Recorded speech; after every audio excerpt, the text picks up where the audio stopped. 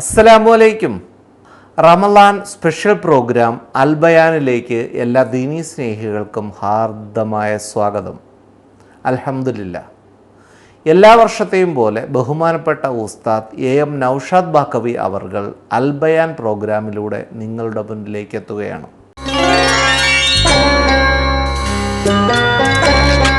അസ്സലാമു അലൈക്കും വറഹ്മത്തുള്ളാഹി തആല വബറകാതുഹു. അൽഹംദുലില്ലാഹി കഫാ വസ്സലാമുൻ അലാ ഇബാദിഹില്ലദീന ഇസ്തഫാ അമ്മാ ബഅദ്. ഇന്നുരീദു ഇല്ലൽ ഇസ്ലാഹ മസ്തതഅതു വമാ തൗഫീഖി ഇല്ലാ ബില്ലാഹി അലൈഹി തവക്കൽതു വഇലൈഹി ഉനീബ്. അശ്ഹദു അല്ലാ ഇലാഹ ഇല്ലല്ലാഹ് അസ്തഗ്ഫിറുല്ലാഹ് അസ്അലുക്കൽ ജന്നത വഅഊദു ബിക മിനന്നാർ. അശ്ഹദു അല്ലാ ഇലാഹ ഇല്ലല്ലാഹ് അസ്തഗ്ഫിറുല്ലാഹ് അസ്അലുക്കൽ ജന്നത വഅഊദു ബിക മിനന്നാർ. അശ്ഹദു അല്ലാ ഇലാഹ ഇല്ലല്ലാഹ് അസ്തഗ്ഫിറുല്ലാഹ് അസ്അലുക്കൽ ജന്നത വഅഊദു ബിക മിനന്നാർ. അല്ലാഹുമ്മ അർഹംനി യാ അർഹമർ റഹീമീൻ. അല്ലാഹുമ്മ അർഹംനി യാ അർഹമർ റഹീമീൻ. അല്ലാഹുമ്മ അർഹംനി യാ അർഹമർ റഹീമീൻ.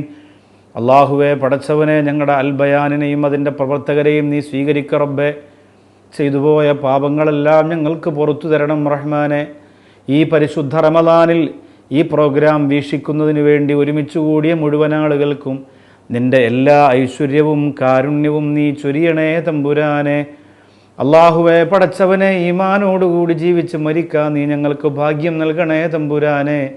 ഏറ്റവും സ്നേഹ ബഹുമാന ആദരവുകൾ നിറഞ്ഞ പ്രിയപ്പെട്ട സഹോദരിമാർക്ക്, സഹോദരങ്ങൾക്ക് ജയ്ഹിന്ദ് ചാനലിലെ അൽ ബയാൻ എന്ന മനോഹരമായ പ്രോഗ്രാമിൻ്റെ മറ്റൊരു എപ്പിസോഡിലേക്ക് സ്വാഗതം. അൽഹംദുലില്ലാ, നാം പറഞ്ഞുകൊണ്ടിരിക്കുന്നത് മഹാനായ ബിലാലുൽ മുഅദ്ദി റളിയല്ലാഹു തആല അൻഹുവിൻ്റെ ചരിത്രമാണ്. ബിലാൽ റളിയല്ലാഹു അൻഹുവിന് വലിയ സന്തോഷം. കാരണം താൻ ഇന്ന് അടിമയല്ല, സ്വതന്ത്രനാണ്. പക്ഷേ യഥാർത്ഥത്തിൽ അടിമയാണ്, ഉമയ്യത്തിൻ്റെ അടിമയാണ്, ഉള്ളുകൊണ്ട് അടിമയല്ല, അള്ളാഹുവിൻ്റെ അടിമയാണ്. നല്ലൊരു സ്നേഹിതനെ കിട്ടിയപ്പോൾ എന്തൊക്കെ നേട്ടങ്ങൾ കിട്ടി.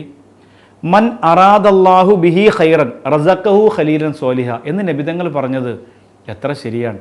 ഒരാൾക്ക് അള്ളാഹു എന്തെങ്കിലും നന്മ ഉദ്ദേശിച്ചിട്ടുണ്ടെങ്കിൽ അവന് നല്ലൊരു കൂട്ടുകാരനെ കൊടുക്കുമെന്നാണ്. നിങ്ങളിൽ ആർക്കെങ്കിലും നല്ല കൂട്ടുകാരനുണ്ടോ?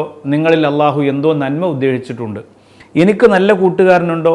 അള്ളാഹു എന്നിൽ ഒരുപാട് നന്മ ഉദ്ദേശിച്ചിട്ടുണ്ട്. അതാണ് സംഭവം. അപ്പോൾ ഈ ബിലാൽ റളിയല്ലാഹുവിന് ഒരു നന്മ അള്ളാഹു ഉദ്ദേശിച്ചപ്പോൾ അതിന് നല്ലൊരു കൂട്ടുകാരനെ അള്ളാഹു സുബ്ഹാനഹു വ തആല പകരം കൊടുത്തതാണ് മഹാനായ ബിലാൽ മുഅദ്ദിൻ റളിയല്ലാഹുവിന്. ഏതായാലും ബിലാൽ റളിയല്ലാഹു തആല അൻഹുവിന് വലിയ സന്തോഷമായി. കാരണം നബി സല്ലല്ലാഹു അലൈഹി വസല്ലമ തങ്ങളെ കാണാൻ പോകാം, നബിതങ്ങളെ നാളെ കാണാം. ഉറക്കമിങ്ങനെ മനസ്സിങ്ങനെ വല്ലാതെ അലട്ടുകയാണ്, കിടന്നിട്ടൊന്നും ഉറക്കം വരുന്നില്ല. കാരണം അത്രയ്ക്ക് എല്ലാവരും പറയുന്നു നബിതങ്ങളെ കാണണം, നബിതങ്ങളുടെ സൗന്ദര്യം, നബിതങ്ങളുടെ പ്രകാശം.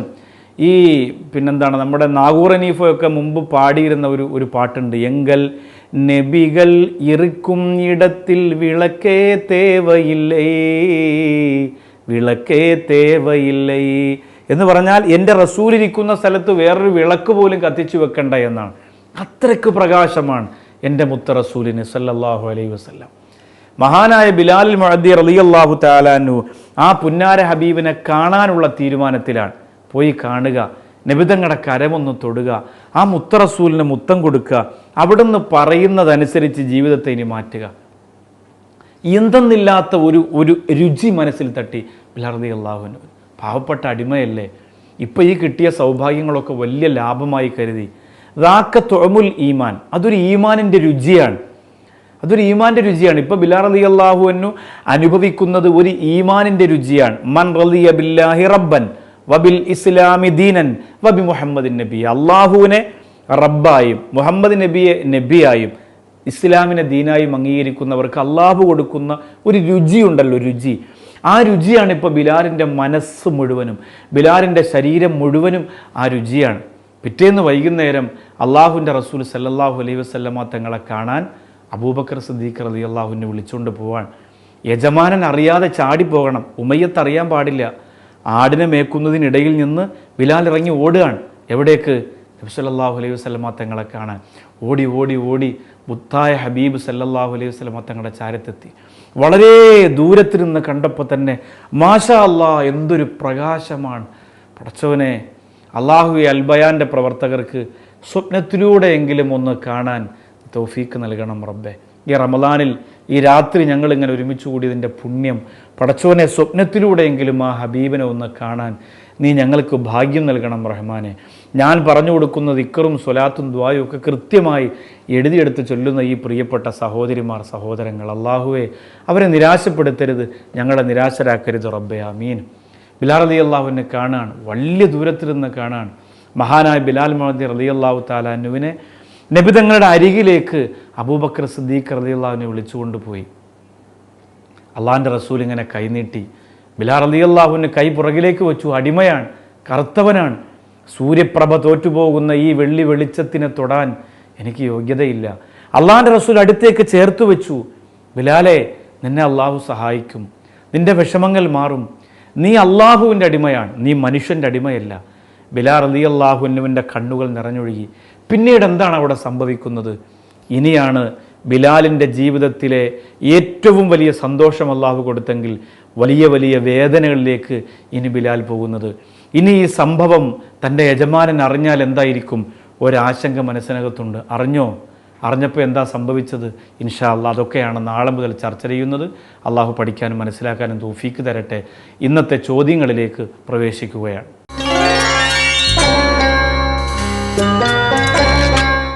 അസ്സലാമു അലൈക്കും. അൽബയാനിലെ ചോദ്യോത്തരവേളയിലേക്ക് എല്ലാ ദീനീ സ്നേഹികൾക്കും ഹാർദമായ സ്വാഗതം.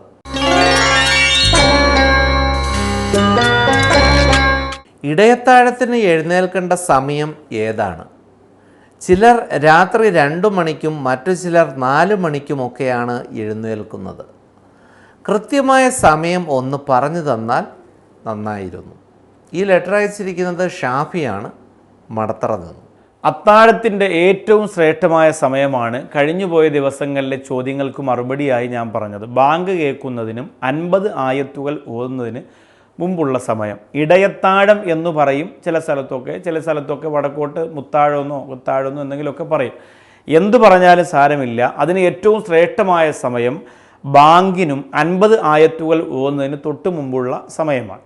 ഇനി അതല്ല, ചില ആളുകൾ ഇപ്പോൾ നമ്മുടെ വീടുകളിലൊക്കെ സഹോദരിമാരൊക്കെ 1 മണിക്കേ എഴുന്നേറ്റെങ്കിൽ മാത്രമാണ് ഈ പറഞ്ഞ വിഭവങ്ങളൊക്കെ തയ്യാറാക്കാൻ പറ്റുള്ളൂ. എന്തിനാണ് അങ്ങനെ ഒരുപാട് വിഭവം അത്താഴത്തിൻ്റെ സമയത്ത് നമ്മൾ തയ്യാറാക്കുന്നത്? തലേ രാത്രി തന്നെ നമ്മൾ തയ്യാറാക്കിയ ഭക്ഷണത്തിൻ്റെ കുറച്ചു ഭാഗം ഒരു ബറക്കത്തിന് കുറച്ച് കാരക്കയും വെള്ളവും കുടിച്ചാൽ കഴിയുന്നതേ ഉള്ളൂ നമ്മുടെ അത്താഴം. പക്ഷെ നമ്മളത് ശ്രദ്ധിക്കാറില്ല. പോട്ടെ, ഏതായാലും നമ്മുടെ സഹോദരിമാർ പാതിരാത്രി തന്നെ ഉണർന്ന് അടുക്കളയിൽ പണിയെടുത്തെങ്കിലാണ് ഇത്രയും ആളുകൾക്ക് അത്താഴം തയ്യാറാക്കി കൊടുക്കാൻ പറ്റുള്ളൂ. അപ്പോൾ അതുകൊണ്ട് ചില ആളുകൾ 2 മണിക്ക് അലാറം വെച്ചെഴുന്നേൽക്കുന്നു, ചില ആളുകൾ 3 മണിക്ക് അലാറം വെച്ചെഴുന്നേൽക്കുന്നു, ചില ആളുകൾ 4 മണിക്ക് അലാറം വെച്ചെഴുന്നേൽക്കുന്നു. ഏതായാലും അൽഹംദുലില്ലാ, ആ അത്താഴം ഞാൻ നേരത്തെ പറഞ്ഞതുപോലെ തന്നെ സുബഹി ബാങ്കിനും 50 ആയത്തുകൾ ഓതുന്നതിന് മുമ്പുള്ള സമയം കഴിക്കലാണ് ഏറ്റവും ശ്രേഷ്ഠമായ സമയം. അള്ളാഹു അനുഗ്രഹിക്കട്ടെ. ഷെരീഫ് ആറ്റിങ്ങിൽ നിന്നും ചോദിച്ചതാണ്, റമളാനിലെ എല്ലാ ദിവസവും ശ്രേഷ്ഠതയിൽ ഒരുപോലെയാണോ? വിശുദ്ധ റമളാനിൻ്റെ എല്ലാ ദിവസങ്ങളും ശ്രേഷ്ഠതയിൽ ഒരുപോലെയല്ല. ഒന്നാമത്തെ ദിവസം പോലെ അല്ല രണ്ടാമത്തെ ദിവസം, രണ്ടാമത്തെ 10 പോലെ അല്ല മൂന്നാമത്തെ 10, 21-ാം രാവ് പോലെ അല്ല 22-ാം രാവ്. ഓരോ ദിവസത്തിലും ഓരോ വ്യത്യസ്തമായ ശ്രേഷ്ഠതകളാണ്. അതുകൊണ്ടല്ലേ നമ്മൾ അൽബയാനിലൂടെ ഓരോ ദിവസവും പറയാനുള്ള പ്രത്യേക ദുആ നമ്മൾ നോട്ട് ചെയ്തിട്ട് പഠിക്കുന്നത്. ഇന്നത്തെ ദിവസത്തെ പോലെ ആയിരിക്കില്ല നാളത്തെ ദിവസം. ഓരോ ദിവസത്തിനും ഒന്ന് റഹ്മത്തിൻ്റെ 10, മഗ്ഫിറത്തിൻ്റെ 10, നരകമോചനത്തിൻ്റെ 10 എന്ന് പറഞ്ഞ് അള്ളാഹു തന്നെ റമളാനിൻ്റെ ദിവസങ്ങളെ 10കളാക്കി വേർതിരിച്ച് കാണിച്ചു തന്നിരിക്കുകയാണ്. അപ്പോൾ ശ്രേഷ്ഠതകൾ ഏറെയുണ്ട്. റമളാനിൻ്റെ ഓരോ രാത്രിയിലും ഓരോ പകലിനും ഓരോ പദവികൾ കൂടുതലുണ്ട്. ഓരോ ദിവസം കഴിയും തോറും ശ്രേഷ്ഠതയും പദവിയും കൂടിക്കൂടി വരും. പക്ഷെ നമ്മളെ സംബന്ധിച്ചിടത്തോളം ഓരോ ദിവസം കഴിയും തോറും ശ്രേഷ്ഠതയും പദവിയും കുറഞ്ഞാണ് വരിക. റമളാനിൻ്റെ ആദ്യത്തെ ദിവസം നമ്മൾ കാണിക്കുന്ന ആവേശം റമദാനിൻ്റെ 11ാമത്തെ ദിവസം നമ്മൾ കാണിക്കുന്നില്ല. ആദ്യത്തെ ദിവസം നമ്മളെല്ലാം കുളിച്ചൊരുങ്ങി മക്കളൊക്കെ നേരത്തെ പള്ളിയിൽ കൊണ്ടുപോയി 1ാമത്തെ സഫിൽ തന്നെ പോയി നിന്ന് ഇമാമ് നോക്കുമ്പോൾ അള്ളാഹു ഇന്നുവരെ കാണാത്ത ജനങ്ങളൊക്കെ പള്ളിക്കകത്ത് നിറഞ്ഞു. ഇമാമ് തന്നെ മനസ്സുകൊണ്ട് സന്തോഷിക്കും, പടച്ചോനെ ഇപ്രാവശ്യം നല്ല അടിപൊളി റമദാനാവും. പക്ഷെ 4-5 ദിവസം അങ്ങോട്ട് കഴിയുമ്പോൾ ഈ പുറകിൽ നിന്ന ഓജാമാരെ ഓരോരുത്തരായി കാണാതാവുകയാണ്. പിന്നെ വരലില്ല. എന്താ എന്ന് നോക്കിയുമ്പോൾ മോളെ വീട്ടിൽ പോയിരുന്നു, ഇളയ കുഞ്ഞ് ഹോസ്പിറ്റലിലായിരുന്നു എന്നൊക്കെ പറഞ്ഞ് പിന്നെ ലുഹറിന് വരും, പിന്നെ ഇടയ്ക്കിടയ്ക്ക് അസറിനൊന്ന് കാണാം, പിന്നെ ചിലപ്പോൾ 2 ദിവസം കഴിഞ്ഞ് മരുവിന് കാണാം. അങ്ങനെ വന്ന് ഏറ്റവും ശ്രേഷ്ഠമായ 3ാമത്തെ 10 ആവുമ്പോൾ ഒരു മനുഷ്യൻ പള്ളിക്കകത്ത് ഉണ്ടാവില്ല എന്നുള്ളതാണ് ഇപ്പോഴത്തെ അവസ്ഥ. റമദാനിൻ്റെ 3ാമത്തെ 10 വളരെ മോശമായിട്ടാണ് നമ്മൾ ചിലവഴിക്കുക. അത് പകൽ സമയങ്ങളിൽ നമ്മളെ വീട്ടിൽ സാധനങ്ങൾ വാങ്ങുക. നമ്മൾ ആലോചിച്ച് നോക്കി എന്ത് സാധനങ്ങളാണ് വാങ്ങുക. നമ്മൾ ഈ പറയുന്ന കേട്ടാത്തൊന്നും നമുക്ക് ലോകത്തൊന്നും ഈ സാധനങ്ങൾ കിട്ടൂല. നമ്മൾ രാവിലെ പോയി കാത്തിരുന്നെങ്കിൽ കിട്ടുള്ളൂ. ഒന്നിനും ഒരു ബുദ്ധിമുട്ടൊന്നും ഈ ദുനിയാവിലില്ല. എല്ലാം 1/2 മണിക്കൂർ കൊണ്ട് നമ്മളെ വീട്ടിലെത്തും. അതിനുവേണ്ടി മാത്രം നമ്മൾ മെനക്കെട്ടാൽ എല്ലാം കഴിയും.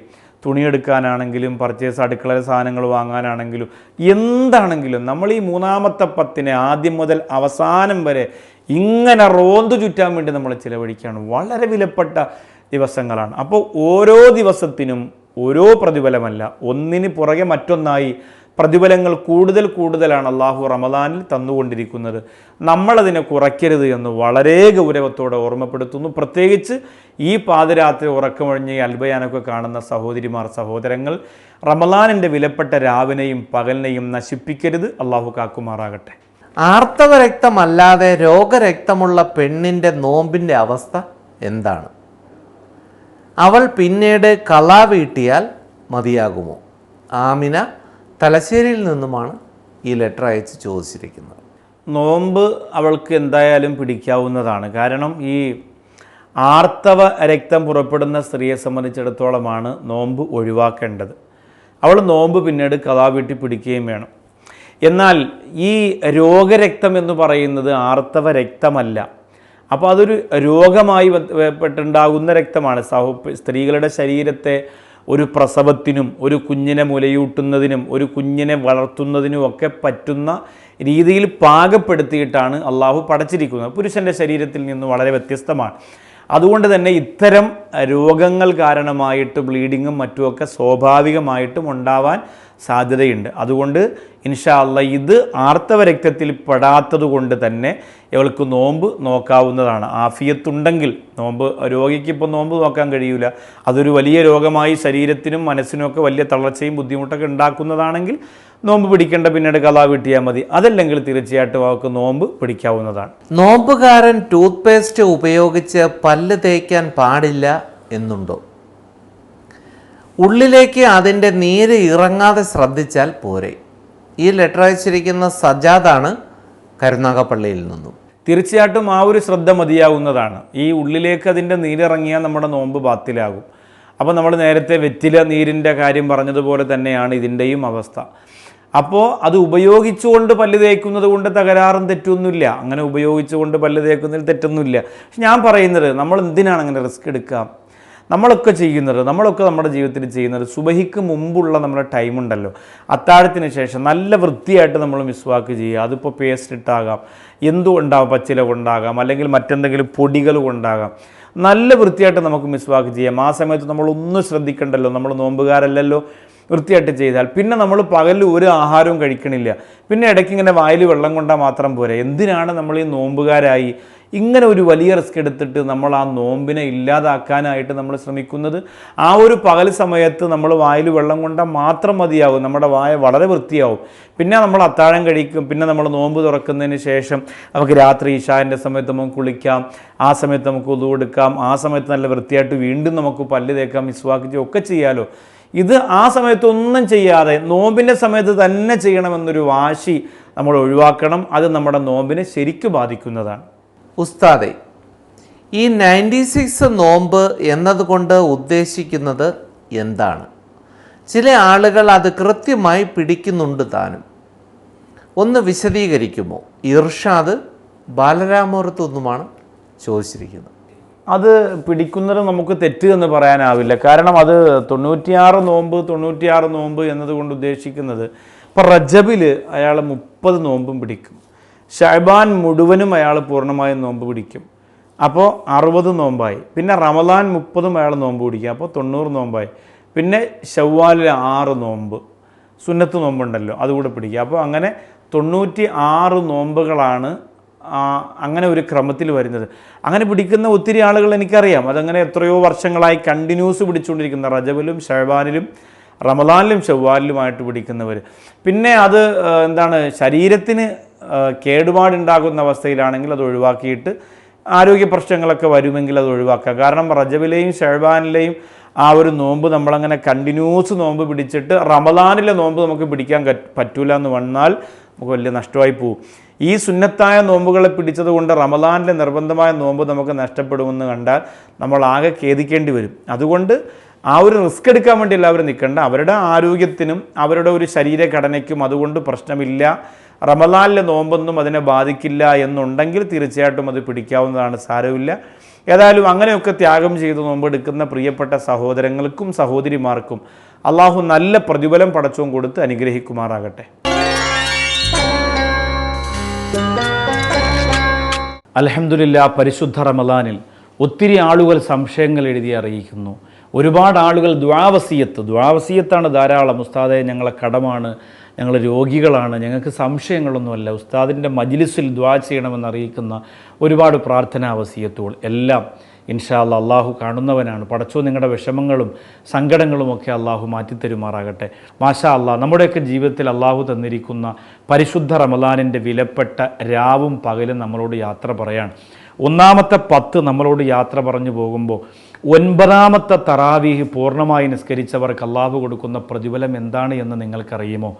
9ാമത്തെ തറാവീഹ് നിസ്കരിച്ചവർക്ക് അള്ളാഹു കൊടുക്കുന്നത് ആദരവായ പ്രവാചകർ സല്ലല്ലാഹു അലൈഹി വസല്ലമ തങ്ങളുടെ ഇബാദത്തിൻ്റെ കൂലിയാണ്. എത്ര വലിയ കൂലിയാണ്! നബിതങ്ങളുടെ ഇബാദത്തിനെ കുറിച്ച് പറഞ്ഞാൽ പറഞ്ഞു തീരാൻ നമുക്ക് പറ്റുമോ? ആയിഷ റളിയല്ലാഹു അൻഹ പറയാണ്, രാത്രിയിൽ നബിതങ്ങൾ നിസ്കരിക്കാൻ നിന്നാൽ 2 കാലിനും നീര് വരുന്നതുവരെ നബിതങ്ങൾ നിസ്കരിച്ചു. വല്ലാത്ത അത്ഭുതമാണ് നബിതങ്ങളുടെ ജീവിതം. ആ ജീവിതത്തിൽ ബഹുമാനപ്പെട്ടവർ അവിടുന്ന് ചെയ്ത അമലിൻ്റെ കൂലിയാണ് 9ാമത്തെ തറാവീഹ് പൂർണ്ണമായി നിസ്കരിച്ചവർക്ക് അള്ളാഹു കൊടുക്കുന്നത്. എന്തിന് സമയം നഷ്ടപ്പെടുത്തണം? എന്തിന് തറാവീഹ് ഒഴിവാക്കണം? ഒരു 3/4 മണിക്കൂർ കൊണ്ട് തീരുന്ന, അല്ലെങ്കിൽ ഒരു മണിക്കൂറിനകത്ത് തീരുന്ന തറാവീഹിൻ്റെ ജമാഅത്ത് എന്തിന് നാം മാറ്റിവെക്കണം? എത്ര വലിയ പ്രതിഫലമാണ് കിട്ടുന്നത്. 9ാമത് ശ്രേഷ്ഠത എന്താണ്? ദിക്റിൻ്റെ. നമ്മൾ ചൊല്ലിക്കൊണ്ടിരിക്കുന്ന ദിക്റുകൾ നിരന്തരം, അവിടെ ചെന്നാലും ദിക്ർ എല്ലാം പറയുന്നു, ഇവിടെ ചെന്നാലും ദിക്ർ എല്ലാം പറയുന്നു. ഏത് വിഷയത്തിൻ്റെയും സമാപനം ദിക്റിൽ നിൽക്കുന്നു. മയ്യത്ത് കൊണ്ടുപോകുമ്പോൾ ദിക്ർ, മരണപ്പെടുമ്പോൾ ദിക്ർ, ഖബറിൻ്റെ അകത്ത് വെക്കുമ്പോൾ ദിക്ർ. എന്താണ് ഇങ്ങനെ ദിക്റിനെ മനുഷ്യരെങ്ങനെ സ്നേഹിക്കുന്നത്? അതിന് വലിയ വലിയ പ്രതിഫലങ്ങളാണ്. ദിക്റിന് കൊടുക്കുന്ന 9ാമത്തെ പ്രതിഫലം എന്താണ്? അള്ളാഹു ആ മനുഷ്യനിലേക്ക് അടുത്തുകൊണ്ടിരിക്കുന്നു എന്നാണ്. ദിക്ർ ചൊല്ലുന്തോറും അടുത്തുകൊണ്ടിരിക്കും. മസാല അബ്ദി ബിന്നവാഫിലി യഖ്റുബു. അതെ, സുന്നത്തുകൾ ചെയ്തുകൊണ്ടിരിക്കുമ്പോൾ മനുഷ്യനിലേക്ക് അള്ളാഹു അടുത്തുകൊണ്ടിരിക്കുമെന്നാണ്. അതുപോലെ ദിക്ർ ചൊല്ലിക്കൊണ്ടിരിക്കുമ്പോൾ അള്ളാഹ് അടുക്കുന്നു, വീണ്ടും ചൊല്ലുന്നു, വീണ്ടും അടുക്കുന്നു, വീണ്ടും ചൊല്ലുന്നു, വീണ്ടും അങ്ങനെ ചൊല്ലി അള്ളാഹുവിലേക്ക് അടുപ്പം ഒരു മനുഷ്യനുണ്ടാക്കിയെടുക്കാൻ ദിക്ർ കൊണ്ട് സാധിക്കുന്നു. പിന്നെന്തിനെ നമ്മൾ ഒഴിവാക്കണം? പണ്ടൊക്കെ മഗ്‌രിബിൻ്റെ സമയമാകുമ്പോൾ നമ്മുടെ വീട്ടിലെ കുഞ്ഞുമക്കളൊക്കെ ലാ ഇലാഹ ഇല്ലല്ലാഹ് ഇങ്ങനെ ചൊല്ലുമായിരുന്നു. എന്തിനു നമ്മൾ ഒഴിവാക്കണം? പണവും പ്രശസ്തിയും പ്രതാപവും ഒക്കെ ഉണ്ടായാലും ഈ ആത്മീയതയുടെ പ്രകാശം നഷ്ടപ്പെട്ടു പോകാൻ ഒരിക്കലും നമ്മൾ അനുവദിക്കരുത്. അള്ളാഹു സഹായിക്കട്ടെ. റമദാനിൻ്റെ 9ാമത്തെ രാത്രിയിലും പകലിലും നിങ്ങൾ ചൊല്ലി നടക്കാനുള്ള ദുആയാണ് ഇന്നിനി പഠിപ്പിച്ചു തരുന്നത്. എല്ലാവരും എഴുതുക. അഊദു ബില്ലാഹി മിനശ് ശൈത്വാനിർ റജീം. ബിസ്മില്ലാഹിർ റഹ്മാനിർ റഹീം. അല്ലാഹുമ്മ റസുഖ്നി മിൻ റഹ്മതിക്കൽ വാസിഅ. അല്ലാഹുമ്മ റസുഖ്നി, റഹ്മത്തിൻ്റെ 10 വിട പറയാൻ പോവാണല്ലോ, അപ്പോൾ ഇത് തന്നെ ചൊല്ലാം. അല്ലാഹുമ്മ റസുഖ്നി മിൻ റഹ്മതിക്കൽ വാസിഅ. അല്ലാഹുമ്മ റസുഖ്നി, വ്യക്തമായിട്ട് എഴുതണം, തെറ്റുകൂടാതെ. അല്ലാഹുമ്മ റസുഖ്നി മിൻ റഹ്മതിക്കൽ വാസിഅ. പടച്ചവനെ, നിന്റെ വിശാലമായ റഹ്മത്ത്, നിന്റെ വിശാലമായ കാരുണ്യം ഞങ്ങൾക്ക് നൽകണേ റബ്ബേ. അല്ലാഹുമ്മ റസുഖ്നി മിൻ റഹ്മതിക്കൽ വാസിഅ. അല്ലാഹുമ്മ റസുഖ്നി മിൻ റഹ്മതിക്കൽ വാസിഅ. അല്ലാഹുമ്മ റസുഖ്നി മിൻ റഹ്മതിക്കൽ വാസിഅ. പടച്ചവനെ, നിന്റെ വിശാലമായ റഹ്മത്ത് ഞങ്ങൾക്ക് നൽകണേ റബ്ബേ എന്ന് ദുആ. ഇൻഷാ അല്ലാഹ് മറക്കണ്ട ചെയ്യുക.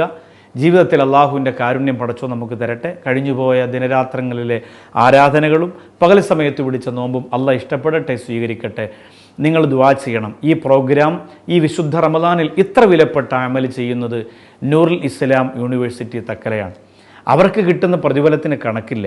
അവർ ഈ പ്രോഗ്രാം ഏറ്റെടുക്കുമ്പോൾ അവർക്ക് കിട്ടുന്നത് വലിയ ഒരു വിശുദ്ധമായ ഖുർആനിൻ്റെ പ്രചാരകന് കിട്ടുന്ന വലിയ പുണ്യമാണ്. അബ്ദുൽ മജീദ് സാറിനൊക്കെ അള്ളാഹു കൊടുക്കുന്നത് ചെറിയ കാര്യമല്ല. വീണ്ടും വീണ്ടും അദ്ദേഹം ഈ പ്രോഗ്രാമിനെ സ്നേഹിക്കുമ്പോൾ വീണ്ടും വീണ്ടും അദ്ദേഹത്തിന് പ്രതിഫലം കിട്ടുകയാണ്. മാത്രമല്ല, അവരുടെ നേതൃത്വത്തിൽ നടക്കുന്ന നൂറുൽ ഇസ്ലാം യൂണിവേഴ്സിറ്റി തക്കല ഒരു എതിരഭിപ്രായവുമില്ലാതെ വളരെ സ്റ്റാൻഡേർഡോടുകൂടി കുതിച്ചു ചാടുന്ന ഒരു വിദ്യാഭ്യാസ സംരംഭമാണ്. അള്ളാഹു റബ്ബുൽ ഇസ്സത്ത് അവിടെ പഠിക്കുന്ന മക്കൾക്കൊക്കെ ഉന്നത വിജയം കൊടുക്കട്ടെ. ഒരുപാട് ഈ പ്രോഗ്രാം കാണുന്നവരുടെ മക്കളെ ആ സ്ഥാപനത്തിൽ ചേർത്തു പഠിപ്പിക്കാനുള്ള അവസരവും തൗഫീക്കും അള്ളാഹു നിങ്ങൾക്ക് പ്രദാനം ചെയ്യട്ടെ. നിങ്ങളുടെ അഭിപ്രായങ്ങൾ, നിർദ്ദേശങ്ങൾ, സംശയങ്ങൾ എല്ലാം നിങ്ങൾ എഴുതി അറിയിക്കുക. AM Naushad Baqavi, Al ബയാൻ, Darul Ishq, Thennoorkonam, Mudapuram BO, Chirayinkeezhu, Thiruvananthapuram. ദുആ ചെയ്യാൻ മറക്കരുത് ഞങ്ങൾക്കും കൂടെയുള്ളവർക്കും. ഇൻഷാ അല്ലാഹ് ഞങ്ങളുടെ മജ്ലിസുകളിൽ നിങ്ങളെയും ഓർമ്മിക്കാം. അള്ളാഹു തൗഫീക്ക് തരട്ടെ. നാളെ ഇതേ സമയം ഇതേ പ്രോഗ്രാമുമായി ഇതേ ചാനലിൽ വീണ്ടും നമുക്ക് കണ്ടുമുട്ടാം. അതുവരേക്കും അസ്സലാമു അലൈക്കും വറഹ്മത്തുള്ളാഹി തആല വബറകാതുഹു.